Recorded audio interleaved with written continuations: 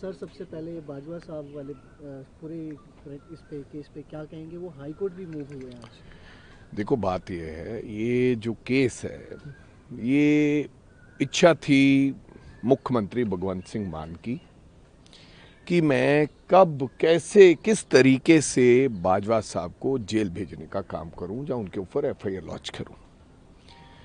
100% इसमें बदलाखोरी की बू आ रही है। जिस प्रकार से मुकदमा दर्ज किया गया है, केवल आधा घंटा पहले प्रताप सिंह बाजवा एलओपी लीडर अपना बयान न्यूज़ 18 को देते हैं और आधा घंटे के बाद पंजाब के मुख्यमंत्री संडे वाले दिन जाकि एतवार को तैयार होके पगड़ी बांध के ये बयान दे देते हैं लाइव होके कि अब बाजवा पर कार्रवाई होगी। जिस तरीके से उन्होंने उत्तेजना दिखाई और फिर तुरंत ऑफिसर पहुंच जाते हैं और शाम को 2 बजे एफआईआर 2-3 बजे दर्ज कर ली जाती है। इससे आप क्या अंदाज़ा लगा सकते हैं कि ये सरासर बदलाखोरी की भावना से किया गया एक मुकदमा है। और बाजवा साहब क्या कह रहे हैं ये तो अखबारों में है जो उन्होंने कहा है।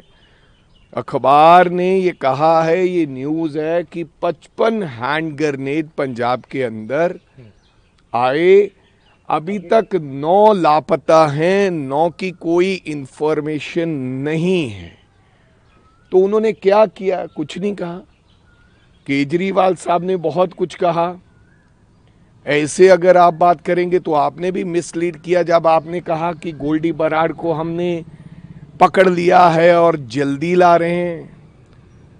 That is a misleading. आपने फिर आपके ऊपर भी मुकदमा दर्ज बनता है। और ये तो पंजाब का बच्चा बच्चा कह रहा है कि हो सकता है कल को हैंड ग्रेनेड जो है कहीं और गिर जाए। मंदिरों पे गिर गए हैं। मिस्टर कालिया जो हैं हमारे बीजेपी के नेता, 48 दिन पहले आपके पास इंफॉर्मेशन आ चुकी थी कि मिस्टर किसी हिंदू लीडर के ऊपर एक मुकदमा दर्ज हो रहा है। आप बार बार कह रहे हैं कि मेरी इंटेलिजेंस के पास कोई खबर नहीं है, मेरी सीआईडी के पास खबर नहीं है, क्योंकि आपकी जो सीआईडी और इंटेलिजेंस है वो तो केवल और केवल विरोधियों के घर में क्या हो रहा है, विरोधियों की मीटिंग्स में क्या हो रहा है।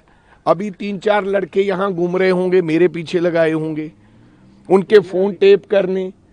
आपने तो पूरे पंजाब की इंटेलिजेंस और सीआईडी को किसानों और ऑपोजिशन विरोधियों के घर पे लगा दिया। आपके पास इंफॉर्मेशन कैसे आएगी? अगर आपकी इंटेलिजेंस इतनी काबिल होती या आपकी सीआईडी, तो फिर मंदिर पे हमला कैसे होता?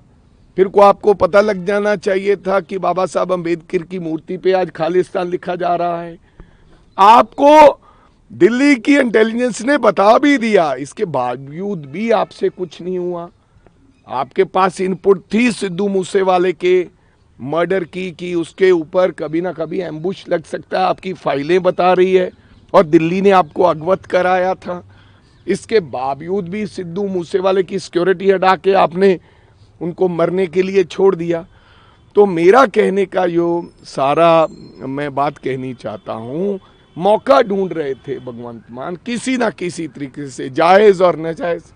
जो बग्गा पे मुकदमा किया था, बेशक वो बीजेपी से, जो अलका लांबा पे हुआ था, वो कुमार विश्वास पे हुआ था, ये सारे जो मुकदमे दर्ज किए, ये अपने आप को खुश करने के लिए और बदलाखोरी की भावना से। और ऐसे ये 2-4 मुकदमे नहीं है, ऐसे हजारों मुकदमे जो विरोधियों के ऊपर इन्होंने किए वो आपके सामने। लेकिन आज जिस तरह से कांग्रेस जो है प्रताप सिंह बाजवा के पीछे बहुत स्ट्रांगली खड़ी है और आज आप लोग मीटिंग भी कर रहे हैं, उसके बाद प्रोटेस्ट की बात है, क्या बाजवा साहब के साथ आप लोग 7 फेज मोहालीपुर थाने भी जाएंगे?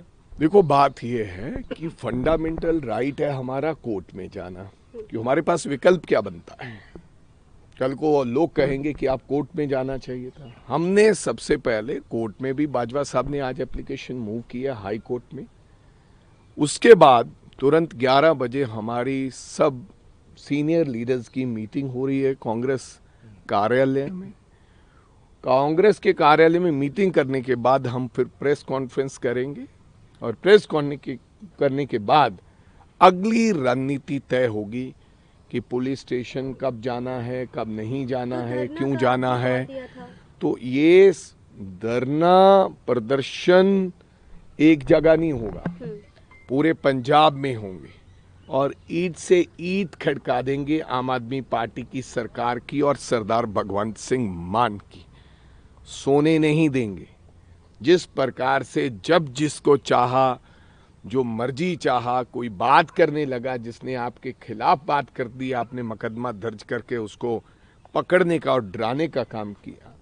हमारे लीडर कहते हैं डरो मत, राहुल गांधी कहते हैं हम लड़ाई लड़ेंगे और बताएंगे फिर कैसे क्या होता। और मैं ऑफिसरों को चेतावनी देना चाहता हूं इस बात के ऊपर, चेतावनी मान लीजिए, सलाह मान लीजिए कि जिस प्रकार से आप पपेट की तरह काम कर रहे हो आईपीएस अधिकारी, ये ठीक नहीं है।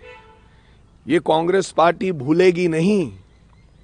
और बड़े बड़े जो लीडर हैं, अब सीएलपी लीडर हमारे, जिनको आई थिंक 69 साल के हो गए हैं, 68 69, पूरा जीवन लगा दिया राजनीति में, और जिस प्रकार से आप उनकी तौहीन करना चाहते हो, आदरणीय डीजीपी साहिब और आदरणीय पंजाब पुलिस के आला ऑफिसर और जो भगवंत मान जी के इशारे पर काम कर रहे हैं, ये जायज़ नहीं है।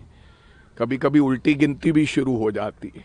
तो मेरी आप लोगों को सलाह है, आप उस पदों पर बैठे हैं, मेरे को लगता है कि आप उससे पद से कहिए कि हमें हटा दीजिए, कहीं और लगा दीजिए, लेकिन हम गलत काम नहीं करेंगे। इतनी पंजाब पुलिस के पास करेज होनी चाहिए बात करने की, और अगर नहीं करेंगे तो समय तो बदलता रहता है, किसी का पक्का समय तो है नहीं। ना तो पक्का समय मुख्यमंत्री साहब का है, ना पक्का समय सरकार का है, ना हमारा है, ना ऑफिसरों का है, कोई पक्का तो समय नहीं है। तो मेरी आपको राय है, इससे अच्छा कि पूरे देश से, पूरे पंजाब के लोगों से, पूरे विपक्ष के लोगों से दुश्मनी लेने से बेहतर है कि आप कहिए कि हमने एसएसपी का पद छोड़ना है, हमें डीजीपी का पद छोड़ना है। बाजवा साहब आज इन्वेस्टिगेशन, ये बाजवा साहब हम मीटिंग के बाद सब लोग तय करके बताएंगे। रवनीत बिट्टू सर साथ में बयान है कि जिस तरीके से ये पहली बार शुक्रिया बिट्टू जी का, अगर पहली बार उन्होंने इस तरीके का बयान दिया है, मैं उनको धन्यवाद देना चाहता हूँ।